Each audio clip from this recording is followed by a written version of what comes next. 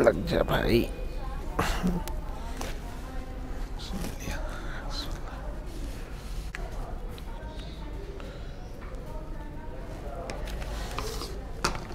अस्सलाम वालेकुम। चलिए आज का करंट अफेयर्स देखते हैं इंडियन एक्सप्रेस से। मैं सैयद रमीज़ अली और ये आज का डेट 6 दिसंबर का ये जो करंट अफेयर्स है हम इंडियन एक्सप्रेस से देखेंगे। इसमें जो गुजरात में इलेक्शंस हुए हैं उसके बारे में यहाँ पर बताया गया कि एग्जिट पोल्स बीजेपी को मेजॉरिटी दे रहे हैं गुजरात के अंदर, और हिमाचल प्रदेश में बता रहे हैं कि तकरीबन नज़दीक आ जाएगा। एग्जिट पोल होते क्या है? एग्जिट पोल ये होते हैं कि जो लोग वोट कर देते हैं, जिस जगह पर वोटिंग होती है तो एक सैंपल साइज़ होता है। सैंपल सर्वे किसे कहते हैं आप? कि अगर 20 लाख लोगों ने वोट किया है तो वो 20 लाख लोगों ने एक कॉन्स्टिट्यूएंसी में वोट किया है, तो उसमें हर टाइप के लोग ले लेते हैं वो, यानी इनकम के हिसाब से बड़े छोटे और गरीब लोग, और फिर उसके बाद रिलीजन के हिसाब से अलग अलग लोग, कास्ट के हिसाब से अलग अलग लोग, और स्टूडेंट्स और विमेन, और इसके साथ आप बिजनेसमैन और ट्रेडर्स, इस तरीके के अलग अलग किस्म के लोग। वो सारों का जो प्रोफाइल होता है, यानी कि उस इलाके में जिस किस्म के लोग रहते हैं, आप ये समझिए, तो वो 20 लाख लोग हैं तो ये 20,000 लोग ले लेते हैं या 2,000 लोग ले लेते हैं, और उसके ऊपर वो उनसे सवालात पूछते हैं। तो सवालात पूछने के बाद उनकी तरफ से जो जवाबात आते हैं उसके बेसिस पर प्रेडिक्ट करते हैं। एक तरीका है ये प्रेडिक्ट करने का कि भाई इसके रिजल्ट्स कैसे होंगे। तो उनका कहना है क्योंकि इस किस्म के लोगों का जहन वैसा ही चलता है, सारे लोगों का, उनके इश्यूज सेम होते हैं, तो वो जो हम छोटे लेवल पर जिस चीज़ को सोचते हैं वही वो बड़े लेवल पर होती है। कुछ एग्जिट पोल इसके अंदर बड़े सटीक आते हैं। कुछ जो एग्जिट पोल्स हैं इसके अंदर यानी कि एक एग्जिट पोल में जो नाम नहीं याद आ रहा उसका, वो बड़ा हमेशा सही आया करता था, लेकिन उसमें एरर का चांस होता है। कभी भी एग्जिट पोल का चांस तो ये होता है कि सही आएगा, लेकिन फिर एरर का चांस ये होता है कि गलत भी वो हो सकता है एक्सेप्शन के अंदर। फिर एक दूसरी यहाँ पर न्यूज़ है, Russia's request for parts linked to talks before Ukraine war begin. तो एक मोबिलिटी पैक्ट हमने साइन किया है। इन्होंने एक्सटर्नल अफेयर्स हमारे जो मिनिस्टर है एस जयशंकर है, जो इससे पहले IFS ऑफिसर रह चुके हैं, तो जर्मन उनके जो काउंटर पार्ट है, काउंटर पार्ट कहते हैं जो उन्हीं के लेवल का वहाँ का ऑफिस हो, जर्मनी का ऑफिसर तो नहीं, ये मिनिस्टर हैं, तो वहाँ पे टर्म्स असल में अलग अलग इस्तेमाल की जाती हैं। हमारे पास जैसे प्राइम मिनिस्टर कहा जाता है, तो वहाँ पर फिर चांसलर कहा जाता है। जर्मनी के अंदर चांसलर करके कहा जाता है। फिर कहीं कहीं पे प्रेसिडेंट कहा जाता है। सिस्टम्स अलग अलग होते हैं, प्रेसिडेंशियल सिस्टम होता है, पार्लियामेंट्री सिस्टम होता है। उस एतबार से कहीं कहीं पर किंग कहा जाता है। बड़े कम इलाके जहाँ बचे हैं जहाँ पर किंग कहा जा रहा है, बादशाह कहा जा रहा है, तो ये लेकिन वो नाम अलग हो सकते हैं, लेकिन वो पावर और वो पोजीशन उस एतबार से जो काउंटर पार्ट, इनके जो काउंटर पार्ट है उनके बारे में ये कहा जा रहा है। और उन्होंने एक मोबिलिटी पैक्ट किया है जर्मनी के साथ, easy access for study work. असल में हो ये रहा है कि वेस्ट के अंदर लोग कम हो रहे हैं, यानी कि तादाद उनकी कम हो रही है, उनके बहुत ज़्यादा पॉपुलेशन कम हो रही है, और इंडिया में पॉपुलेशन बहुत ज़्यादा है, और चाइना में भी बहुत ज़्यादा है, एशिया में दूसरे कंट्रीज़ में भी ज़्यादा है।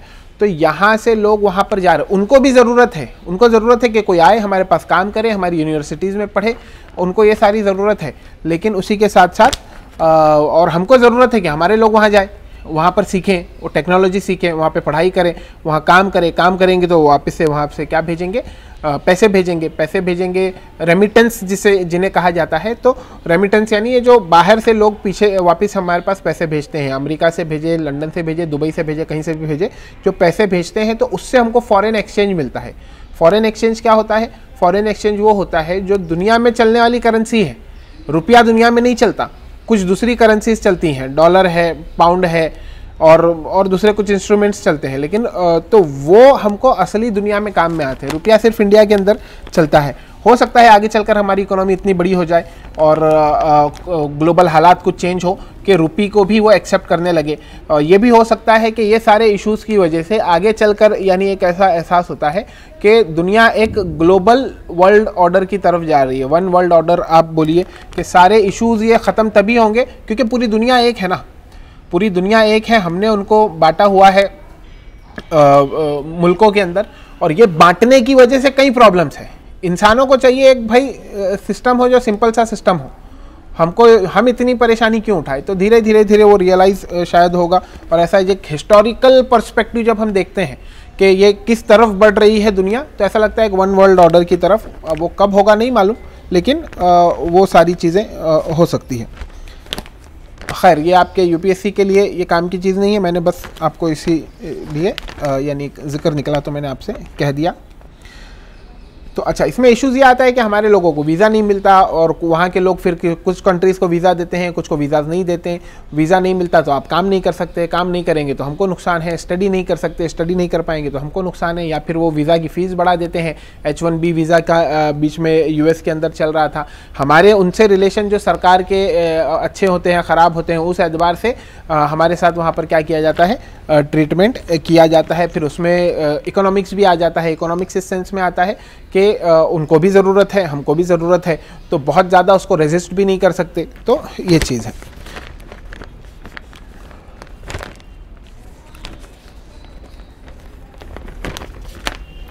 स्टबल फायर का हमेशा का ये मसला है पंजाब हरियाणा एनसीआर का। एनसीआर कहते हैं नेशनल कैपिटल रीजन को। दिल्ली तो एक सिटी है, और सबसे पहले दिल्ली बड़ा छोटा हुआ करता था, फिर थोड़ा और ज़्यादा बड़ा हो गया, और फिर अब एनसीआर हो गया। असल में दिल्ली की ग्रोथ तो एकदम, यानी सच बोले तो दिल्ली की नहीं, सारी सिटीज़ की ग्लोबली, पूरी दुनिया में जो सिटीज़ की ग्रोथ है वो कैंसरस ग्रोथ है, इतनी ज़्यादा कि कंट्रोल ना हो पाए, और उसको फिर मैनेज भी नहीं हो पा रहा। फिर पंजाब हरियाणा के अंदर जो स्टबल का मसला था, स्टबल ये है कि आसपास के लोग जो है वो अपने खेतों के अंदर जब वो कटाई कर लेते हैं तो उसको जलाते हैं। सबसे इजी है ना भाई, मुझे ये खेत है, मेरा एक इलाका है, आप इमेजिन कीजिए, अब मुझे उसको क्या करना है, क्लियर करना है, दूसरी फसल बोनी है, तो उसको जलाने के लिए क्या करते हैं, उसको ख़त्म करने के लिए लोग स्टबल जलाते हैं। उससे बहुत बड़ा मसला लेकिन किसका है, आपके पॉल्यूशन का है, और उसके लिए हम कोशिश कर रहे हैं कि किसी तरीके से वो कम हो जाए। वहाँ पर कुछ अल्टरनेटिव्स देखने की कोशिश कर रहे हैं, टेक्नोलॉजी लाने की कोशिश कर रहे हैं, और कुछ कानून के तहत करने की कोशिश कर रहे हैं। लेकिन मसला प्रैक्टिकल है। उनका जो इशू है कि ये आपका जो कटाई के बाद जो बच जाता है, रेसिडुअल मटेरियल जो बच जाता है, वो निकले तो हम नई चीज़ को बो सकें। तो वो इशू जब तक हम हल नहीं करेंगे लो कॉस्ट के अंदर और क्विकली, वो बहुत देर तक उसमें नहीं कर सकते, तब तक के मसला हल होता हुआ दिखाई नहीं होता। सिर्फ कानून बनाने से याद रखिए कोई मसले हल नहीं होते।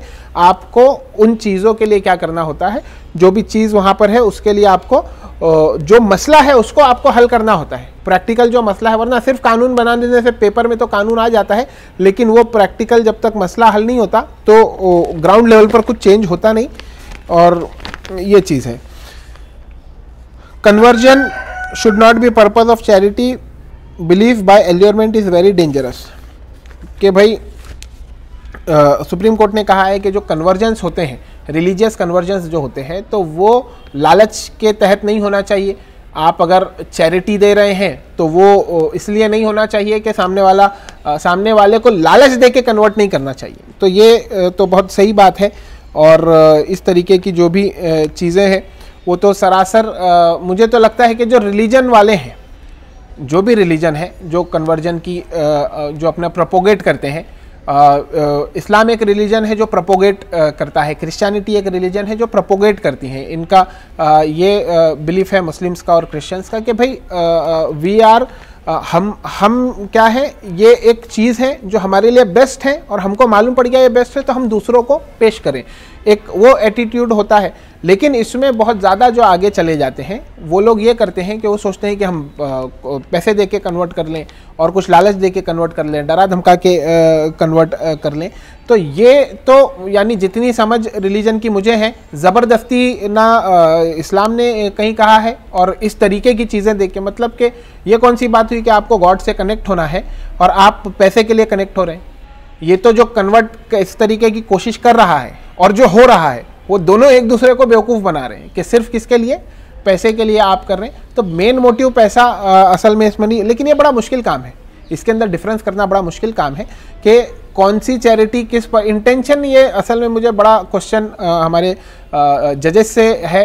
हर चीज़ के अंदर आगे चलकर मुझे लगता है कुछ रिसर्च कोई कर रहा होगा लॉ में, तो इसको ज़रूर कीजिए कि आप इंटेंशन कैसे मालूम करते हैं कि ये जो हमने चैरिटी की, this was with intention to convert that person forcefully और with the help of allurements, हम कैसे मालूम कर पाते हैं? आप दूसरे केसेस जो चलते हैं, intention to murder, how do we know? दूसरे जो केसेस आते हैं, रेप्स वगैरह के केसेस आते हैं, उसके अंदर बात लेके जाती है, आप अगर पढ़ते होंगे, देखते होंगे उसको, कोर्ट्स के अंदर कैसा चल रहा है, क्या डिबेट्स किस किस्म के हो रहे हैं, तो ले दे के बात लेके जाते हैं इंटेंशन पे। और इंटेंशन इस्टेब्लिश करना ऑलमोस्ट नामुमकिन है, ऑलमोस्ट इम्पॉसिबल है। और मुझे लगता है ये तो प्रैक्टिकल समझते, जजेस खुद भी समझते होंगे, इस पर कुछ रिसर्च होनी चाहिए और बात आनी चाहिए कि भाई ये कैसे किया जाए। और लेकिन ये है कि भाई ज़बरदस्ती और यानी कि ख़ास करके उसको, यानी कि सिर्फ आप पैसे दे रहे हैं, उसको आप वो पैसे देकर आप क्या नहीं कर सकते, सामने वाले को कन्वर्ट नहीं कर सकते। प्रोपोगेट करना अलाउड है, प्रोपोगेट करना आपको कॉन्स्टिट्यूशन ने राइट दिया, you can propagate your religion, her religion propagate कर सकते हैं। यही तो भाई freedom of speech, freedom of expression, freedom of thought, ये क्या चीज़ है कि जब आपका दिमाग आप खुला है, आप खुल के बात कर सकते हैं, खुल के सोच सकते हैं, तो आपके पास ऑप्शंस है। आपको यानी इंडियन कॉन्स्टिट्यूशन ये अलाउ करता है कि you can follow any religion, you can propagate your religion, you can convert to any religion.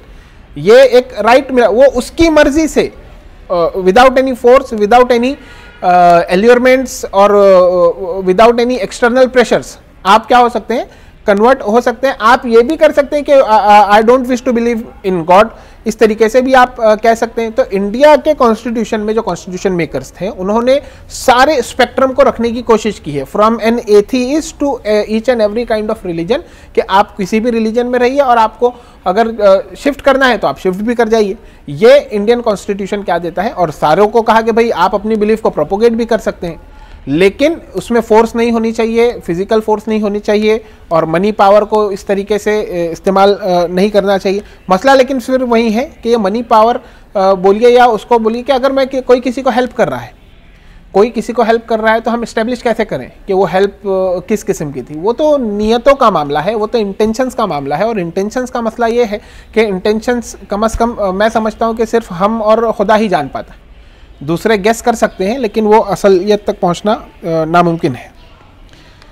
Dominic Lapierre, chronicler of everyday and overlooked, dies at 91। बड़ी ज़बरदस्त ये एक ऑथर थे डोमिनिक लेपेरे, और इन्होंने क्या किया था, इन्होंने एक बुक लिखी थी।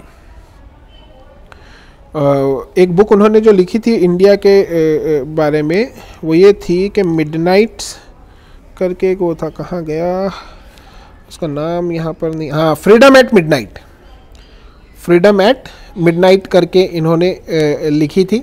और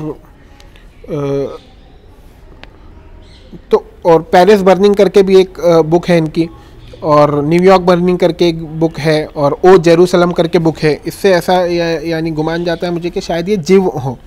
तो वो तो midnight at freedom at midnight जो है, तो आखिर में at the stroke of midnight, when the world sleeps, India will awake to its destiny. A time comes, but comes rarely in a history, when a soul long suppressed find utterance. इस तरीके का जो एक speech थी आपके जवाहरलाल नेहरू साहब की, तो उसमें ये जो डोमिनिक साहब है, उन्होंने वो फ्रेज लिया, फ्रीडम एट मिडनाइट। 12 बजे यानी 14 अगस्त को जो रात में 12 बजे और 15 अगस्त शुरू हुआ, तो हमारा वो आज़ादी का दिन माना जाता है। उस वक्त काफ़ी एक जश्न मनाया गया था। तो उस फ्रेज को लेकर इन्होंने बुक लिखी थी, और उसमें हालात बताए थे कि हिंदुस्तान जब आज़ाद हो रहा था तो उस वक्त किस तरीके से चल रहा था मामला, और आज़ाद होने के बाद, उसके बाद गांधी जी की डेथ तक वो हालात क्या थे। यानी उस छोटे से पीरियड को डिटेल में बताया गया है। हिस्ट्री आप अलग अलग किस्म से देख सकते हैं। एक हिस्ट्री है, मैं आपको एक 20 मिनट में पूरा बता दूं, पूरी वर्ल्ड हिस्ट्री बता दूं, यानी पूरी वर्ल्ड हिस्ट्री नहीं बता पाऊंगा, लेकिन अगर सिर्फ इंडिया की भाई कौन कौन सी हुकूमतें रही, मेजर क्या हुआ, वो बता दूं। फिर होता है कि एक पीरियड ले लें आप, इंडिया को हमने डिवाइड किया, ब्रिटिश ने डिवाइड किया मॉडर्न, मिडिवियल और एंशिएंट इंडिया के अंदर, और उनका भी इंटेंशन हम इस्टेब्लिश नहीं कर सकते, लेकिन उनको कहा जाता है कि ये माल इंटेंशन था। खैर, तो ये बुक अगर आप पढ़ सकते हैं तो, लेकिन यूपीएससी वालों के लिए टाइम का बड़ा मसला होता है, तो देखिए उसको आप।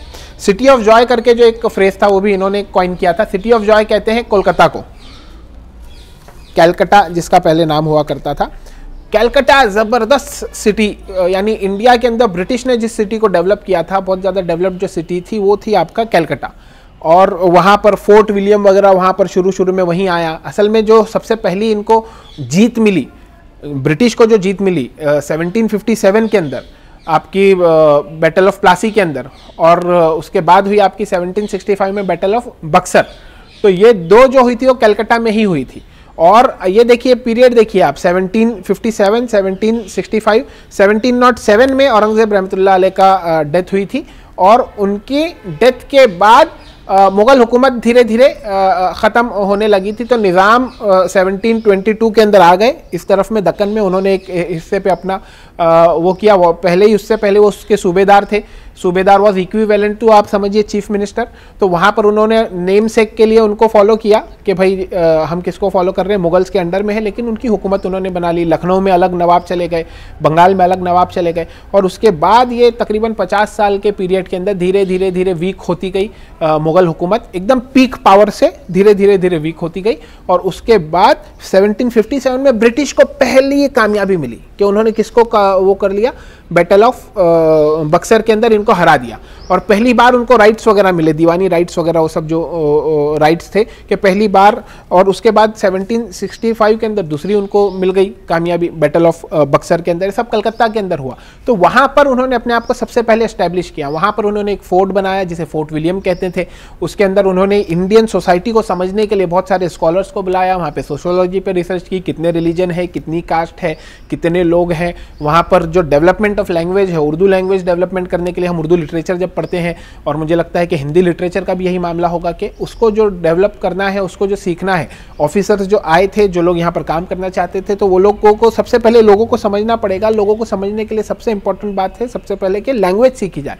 तो उनके लिए उन्होंने कहा कि भाई कुछ बनाए, लिटरेचर बनाए, हमारे लोगों को यहाँ की जुबान सिखाए हिंदुस्तान की। जब आप जुबान सिखाएंगे जब भी हम क्या कर पाएंगे, यहाँ पर आगे कुछ बढ़ पाएंगे। जो भी उस वक्त उनके अज़ाइम होंगे, उनके ऑब्जेक्टिव्स होंगे। शुरू में ये सबसे पहले कंपनी थे, समझ लीजिए आप, जैसा रिलायंस, टाटा, बिरला कंपनी है, वैसी कंपनी थी ईस्ट इंडिया कंपनी। तो वहाँ से फिर बढ़ते बढ़ते बढ़ते ब्रिटिश कॉन्क्वेस्ट के बारे में कहा जाता है कि British conquest of India was a piecemeal conquest. एक साथ पूरे इंडिया पर कब्जा नहीं किया, और किसी के साथ भी ऐसा नहीं होता। हिस्ट्री आप देखिए, हर कोई जो होता है वो धीरे धीरे धीरे धीरे धीरे बढ़ता है, धीरे धीरे धीरे धीरे खत्म होता है। इल्ला माशाअल्लाह अचानक कोई चीज़ हो जाए तो हो जाए आमतौर से, लेकिन ऐसा नहीं होता। तो धीरे धीरे धीरे कलकत्ता से फिर बढ़ते बढ़ते बढ़ते ऑलमोस्ट पूरे इंडिया के ऊपर उनकी डायरेक्टली और इनडायरेक्टली हुकूमत हो गई। 1857 के अंदर क्योंकि रिवोल्ट हो गया था, तो फिर वो वहाँ पर स्टॉप हो गए। डायरेक्ट हुकूमत वहाँ पर जितने कब्जे में आ चुका था, वहाँ पर डायरेक्ट हुकूमत करने लगे। बची हुई जो इंडिया था, वहाँ पर जितने प्रिंसेस थे, उनसे सबसे उन्होंने क्या किया, पैक्ट कर लिया कि on behalf of British crown, on behalf of British crown आप क्या करेंगे, हमारे लिए हुकूमत करेंगे। तो निज़ाम उसके अंदर आते हैं, दूसरे कई लोग कश्मीर के महाराजा उसके अंदर आते हैं, और दूसरे भी बहुत, 500 से ज़्यादा छोटी बड़ी हुकूमतें थी जिन्होंने इस बात को कबूल कर लिया कि हम ब्रिटिश के अंडर काम करेंगे। सोवेरेनिटी इन्होंने छोड़ दी। सोवेरेनिटी कहते हैं कि अपनी मर्जी इन्होंने छोड़ दी, सचमुच की जो आज़ादी है उन्होंने छोड़ दी। कुछ लोग थे जो लड़े, निज़ाम भी लड़े, मराठे भी लड़े, और टीपू सुल्तान भी लड़े, सिख भी लड़े। तो सारी वॉर्स हैं, Anglo Maratha war, Anglo Sikh war, Anglo आप बोलेंगे मैसूर वॉर्स। तो उसमें बस ये हुआ कि टीपू सुल्तान ने सरेंडर नहीं किया, टीपू सुल्तान ने एक्सेप्ट नहीं किया कि हम आपकी सोवरेनिटी, हम ब्रिटिश के अंडर में काम करेंगे, हम मर जाएंगे। वो जो उनका फेमस कोट है कि शेर की एक दिन की जिंदगी गीदड़ की 100 दिन की जिंदगी से ज़्यादा है, तो वो कोट पर उन्होंने खुद भी अमल करते हुए उन्होंने अपनी जान दे दी, लेकिन इनको कबूल नहीं किया।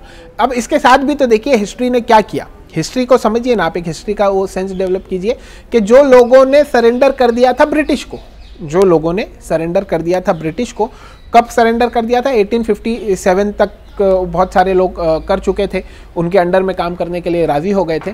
तो नेम से एक तो उनकी हुकूमत चलती रही, उनको वर्ल्डली जो है वो एक फ़ायदा मिलता रहा, लेकिन 1947 के अंदर उनकी वो हुकूमतें भी ख़त्म हुई, इंडिया के अंदर उनको हमने ले लिया। उसके बाद 1971 के बाद, 71 नहीं 74 के बाद शायद, में एग्जैक्ट डेट नहीं याद आ रही मुझे, इंदिरा गांधी ने जो उनसे वादे हमने किए थे, एक मैं तो गलत समझता हूँ इस बात को कि जो प्रिंसेस से आपने वादे वादे किए थे, सोवेरन प्रॉमिस जो हमारा था, गवर्नमेंट ऑफ इंडिया ने जो वादे किए थे कि भाई हम आपको इतनी इतनी पेंशन देंगे, आपको हम आपकी ये चीज़ रखेंगे, तो सारे चीज़ों को क्या किया इंदिरा गांधी ने ख़त्म कर दिया। अब हो सकता है कि कुछ क्लॉज हो, कुछ कानून के तहत वो हो, लेकिन अगर ये वादा देकर ख़त्म किया गया है तो ये बड़ी ही गलत बात ये हमारी तरफ से हुई। तो उनका हाल क्या हुआ ये देखिए ना, आज उनकी कोई हुकूमत नहीं बची। किसकी? आप ख़त्म तो उस वक्त भी होने वाले थे और ख़त्म अब भी हुए। बहुत सारे लोग फिर पॉलिटिक्स में आ गए।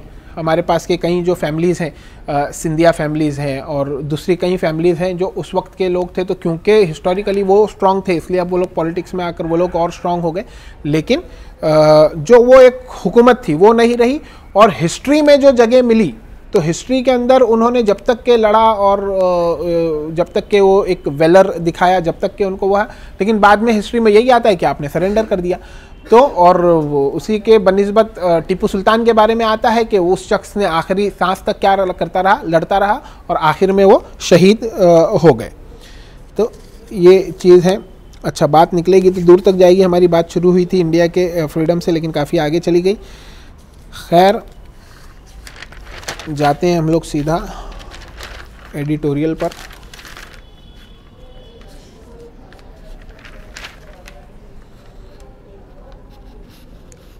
लालू प्रसाद यादव बीमार हैं, यानी बड़े ज़बरदस्त ये लीडर हुआ करते थे। इंडिया के रेलवे मिनिस्टर रहे, बिहार के चीफ मिनिस्टर रहे, काफ़ी इल्ज़ामात उनके ऊपर लगे हुए हैं, काफ़ी दिन जेल में भी रहे और काफ़ी चीज़ें साबित भी हुई उनके ऊपर कि ये सज़ा भी हुई उनको, चारा घोटाला वगैरह उसके अंदर। एज अ पर्सनैलिटी बड़ी बबली पर्सनैलिटी थे। मुझे याद है एक दफ़ा इलेक्शंस वगैरह जब हो रहे थे, गालिबन 2004 का इलेक्शन था, लोकसभा का इलेक्शन या 9 का था, तो मुंबई आए थे वो। तो मुंबई आकर जो रेलवे मिनिस्टर थे, अच्छा वो 2009 का इलेक्शन होगा क्योंकि रेलवे मिनिस्टर वो बन चुके थे, या फिर इलेक्शन था या उसके आसपास कभी आए थे विजिट के लिए।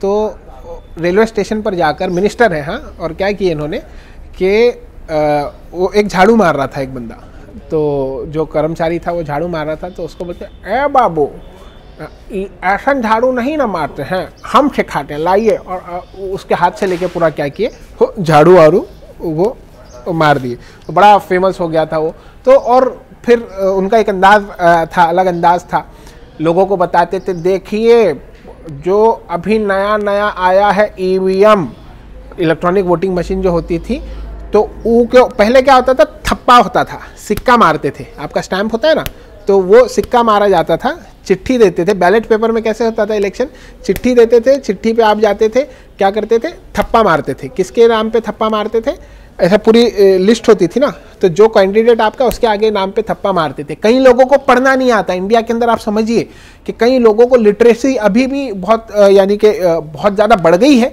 लेकिन फिर भी 100% नहीं हुई है, रियल लिटरेसी जिसे कहेंगे। तो लोगों को नाम पढ़ना ही नहीं आता था, तो अब वो वोट कैसे करें। बड़ा अमेजिंग है इंडिया के इलेक्शंस, आप समझिए ज़रा कि एक अजूबा है इंडिया के इलेक्शंस, खास करके जब आज़ाद हुआ हमारा देश उसके बाद से लेकर अब तक के भी अजूबा है और इतना बड़ी एक एक्सरसाइज है। तो वो पढ़ना नहीं आता, तो इसलिए निशानियाँ आती हैं, हाथ का पंजा, कमल का फूल और धनुष बाण और पतंग या इस तरीके की जो भी चीज़ आती है कि एक लेवल, भाई वो जो जिसको पढ़ना नहीं आता और जो बहुत बड़ा साइंटिस्ट है और जो बहुत बड़ा, वो सबके लिए वोट तो बराबर है, एक एक वोट है।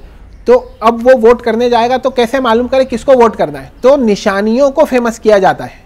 आप अगर सोचते होंगे ना कि निशानी की क्या ज़रूरत है लिखने के लिए, तो वो निशानियों को फेमस किया जाता है और उसके लिए डायलॉग बनाए जाते थे। हम लोग छोटे थे तो सुनते थे, सिक्का मारो तान कर पंजे के निशान पर, इस तरीके से अलग अलग। तो सिक्का पहले मारा जाता था, वहाँ से शिफ्ट हुआ मामला कहाँ पर, ईवीएम के ऊपर शिफ्ट हुआ। पहली बार इलेक्ट्रॉनिक वोटिंग मशीन्स आने लगी, शायद 2004 में आई या उसके बाद आई, और पहले पायलट बेसिस पर थोड़ी जगह उसको टेस्ट किया गया, फिर पूरे इंडिया के अंदर उसको किया गया। तो वो एक्सप्लेन कर रहे थे वोटर्स को कि कैसे करना है। तो बोले देखो पहले जो पेपर होता था, तो अब ऊ के जगह हो गया है मशीन और वहाँ पर लगा है बटन, और जब आप जाओगे तो वहाँ दिखेगा लालटेन का फुटवा और ऊ को दबाना है पी, ऊपर से आवाज़ आएगा, तो जब ये आवाज़ आ जाएगा पी तो समझ लो का आपका वोट हुई गवा। तो आप इस तरीके से वोट दीजिए। तो बड़ा अच्छे एक अंदाज में, वो मज़ाहिया अंदाज में लोगों को उन्होंने बताया था। वर्ल्डली वाइज करके एक चीज़ यहाँ पर आती है एडिटोरियल पेज के ऊपर इंडियन एक्सप्रेस के अंदर, disobedience is the true foundation of liberty.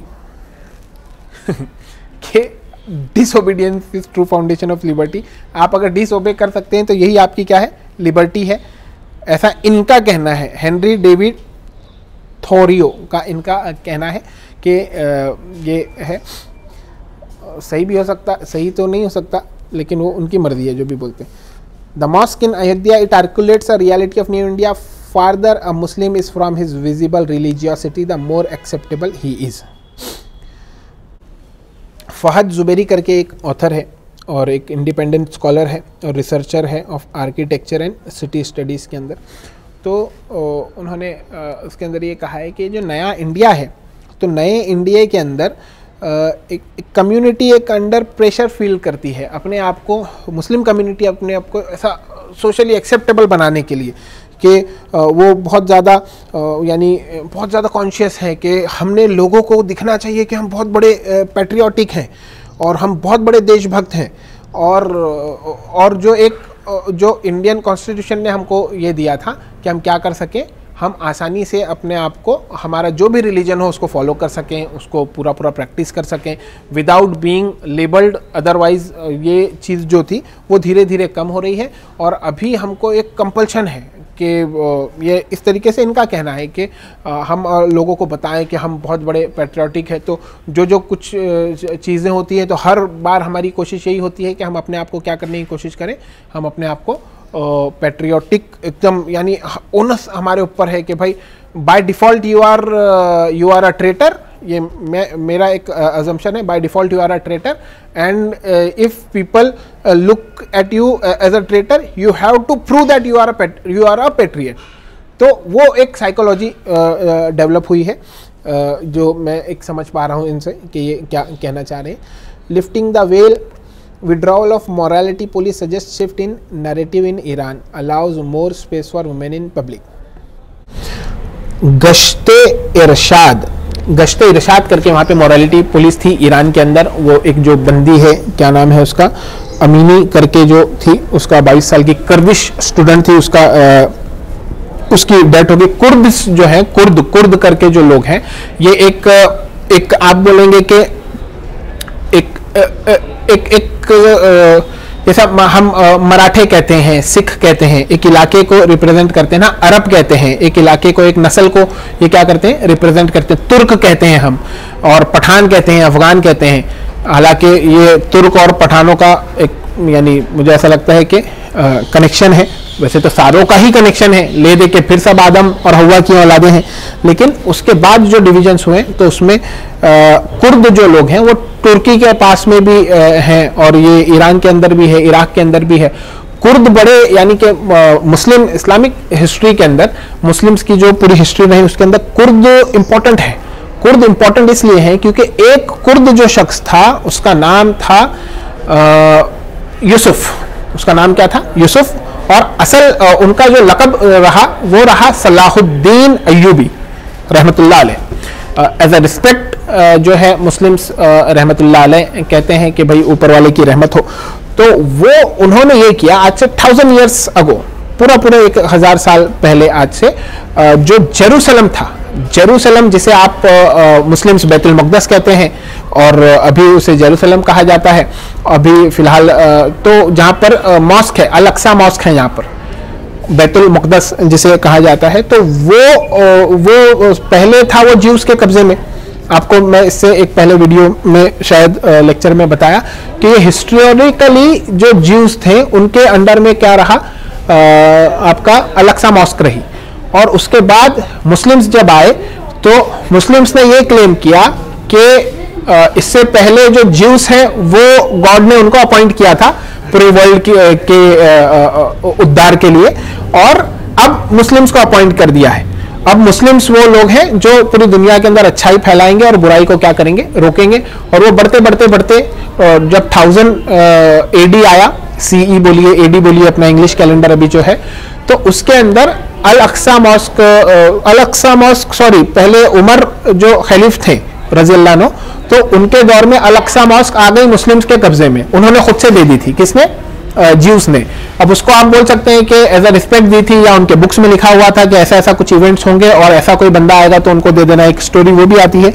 दूसरा ये आता है कि एक पावर जब बढ़ रहा है, तो जब वो बढ़ रहा है तो दूसरे लोग उसको फील करते हैं कि यार ये पावर बढ़ रहा है, अब इसके अपने को सरेंडर करना पड़ेगा। तो ये भी बात हो सकती है, सारी चीजें मिलाकर भी हो सकती हैं। तो उमर रज़ियल्लाहु अन्हु के दौर में एक आप बोल सकते हैं कि 7th सेंचुरी के आसपास में अल अक्सा मॉस्क मुस्लिम्स के कंट्रोल में आई।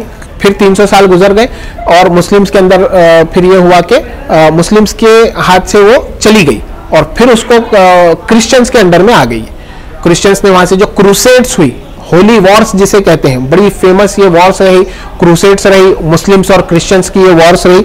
तो अल अक्सा मॉस्क उस वक्त उनके अंडर में आ गई और उसके बाद फिर वो जो थी अल अक्सा मॉस्क, वो सलाहुद्दीन अय्यूबी वो शख्स थे, सलाहुद्दीन अय्यूबी वो वॉरियर थे जिन्होंने फिर से 100 साल तक के क्रिश्चियंस के अंडर में रही और उसके बाद फिर से अल अक्सा मॉस्क को उन्होंने क्या किया, वापस से उसको अपने कब्जे में लिया। तो सलाहुद्दीन अय्यूबी कुर्द थे, सलाहुद्दीन अय्यूबी कुर्द थे, इसलिए मुस्लिम हिस्ट्री के अंदर एक बड़े इंपॉर्टेंट, बहुत इंपॉर्टेंट फिगर है जो यानी सलाहुद्दीन अय्यूबी, जो बड़े हीरोज के अंदर जो नाम आता है मुस्लिम हिस्ट्री के अंदर, तो एक नाम है वो सलाहुद्दीन अय्यूबी रहमतुल्लाह अलैह।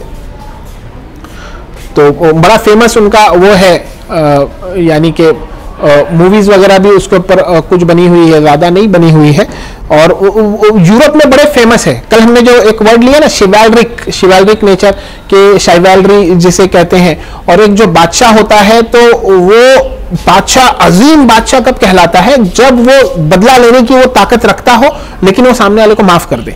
तो इन्होंने जब बैतुल मुक़द्दस जेरूसलम इनके जब कब्जे में आया 100 साल बाद, आफ्टर यानी कि हीनस क्राइम्स और heinous brutality, extreme brutality committed by Christians, लेकिन उतना सबके बाद भी उन्होंने क्या किया, उनके बादशाह को, वो सारे लोगों को उन्होंने जाने दिया।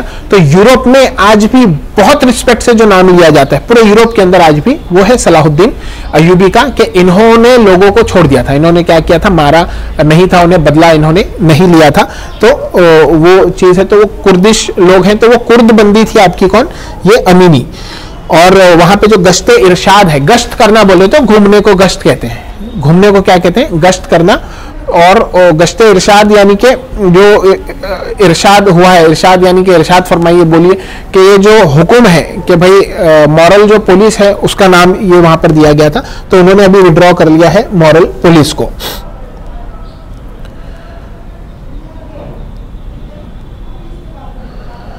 अभी ऐसे सिर्फ आया है कि ये विल बी डिसबैंडेड, और लेकिन ऑफिशियल ने अब तक उसको क्या नहीं किया है, कंफर्म नहीं किया है।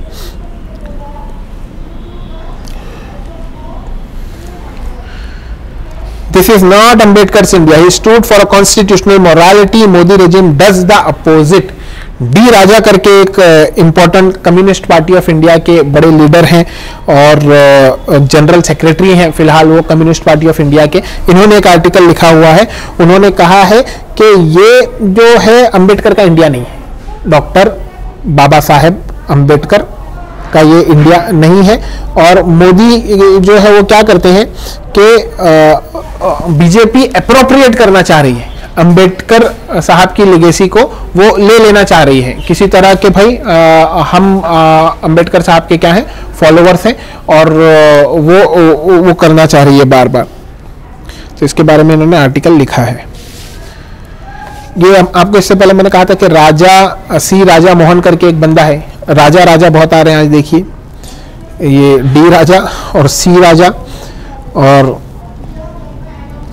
तो ये दोनों, तो सी राजा मोहन इंटरनेशनल रिलेशंस के लिए बड़े ज़बरदस्त ऑथर हैं। इंडियन एक्सप्रेस में आप अगर इंडियन एक्सप्रेस ना भी पढ़ते हो तो कम से कम इनका आर्टिकल तो आपने इंटरनेशनल रिलेशंस के लिए देखना चाहिए। आर्काइव्स अगर इनके आर्टिकल्स के मिल जाते हैं आपको, तो आपको बड़ा ज़बरदस्त इंसाइट इनके आर्टिकल से आती है। लिखने का अंदाज भी बड़ा अच्छा है, अंदाज बयां अगरचे अगर शौक नहीं है शायद कि उतर जाए तेरे दिल में मेरी बात, तो वो है इनके आर्टिकल्स। असल में हमने उनको डायरेक्टली भी सुना है ना, तो और ज़्यादा अच्छा लगता है।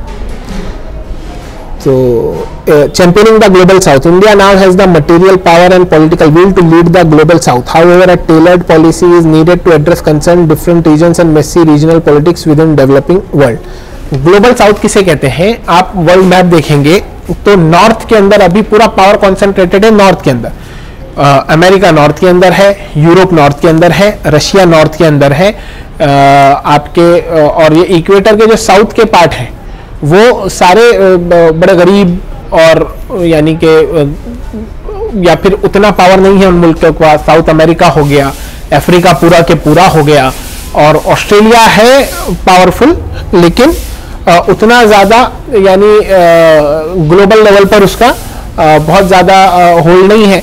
हाँ, यहाँ पे इंडियन ओशियन के अंदर और साउथ चाइना सी है, और जो चाइना और रशिया इनके जो डायनेमिक्स है उसके लिए ऑस्ट्रेलिया वगैरह से कुछ हो जाता है काम.